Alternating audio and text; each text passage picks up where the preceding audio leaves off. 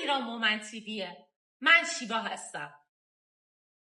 5 تا راهکار میخوام بهتون بگم که چجوری دیگه نگران نباشید. از قضاوت زندگی دیگران دست بردارین. زندگی دیگران هیچ ربطی به ما نداره. کارگردان زندگی خودت باش تا تماشاچی زندگی دیگران. دوست من، هر روز 10 دقیقه به اتفاقاتی که دوست داری برات بیفته بشین فکر کن.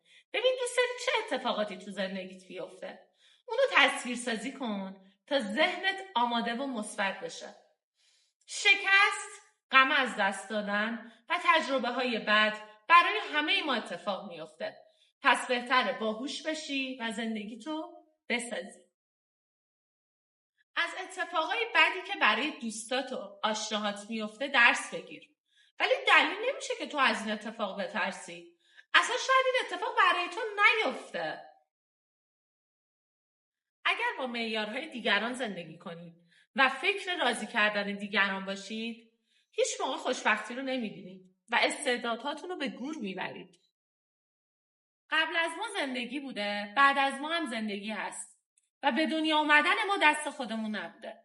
پس بهتره درست زندگی کنیم و رویاهامون رو دنبال کنیم. میدونستی لذت زندگی و لذت بازی به غیر قابل پیش‌بینی بودنشه؟ مراقب باشید چه چیزی و چه موضوعی توی زندگی برای شما جذاب میشه، چون ممکنه کل زندگیتون رو بسازه. پول و شهرت در دنیای خارج است. انسان باید از درون زیبایی رو درک کند تا بتونه رستگار بشه و معنی زندگی رو تا قبل مرگش درک کنه. همه چی ذهنته. با شناخت خودت میتونی زندگیتو بسازی و رویاهاتو دنبال کنی و به هدفات برسی. ذهن آرام و شاد و مثبت بزرگترین دارایی یک انسانه. همه انسان‌ها درون افکارشون زندگی میکنن.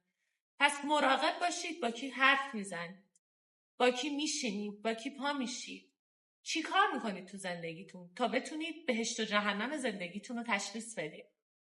شما در گذشته هم نگران امروز بودید. پس بعد یاد بگیرید نگرانی رو کنترل کنید و باهاش مقابله کنید. هوشمندانه فکر کنید. درست تصمیم بگیرید. نگرانی رو بذارید کنار تا زندگی خوبی داشته باشید. ایران مومنت تیوی پلی به سوی آینده‌ای بهتر برای دختران فارسی زبان.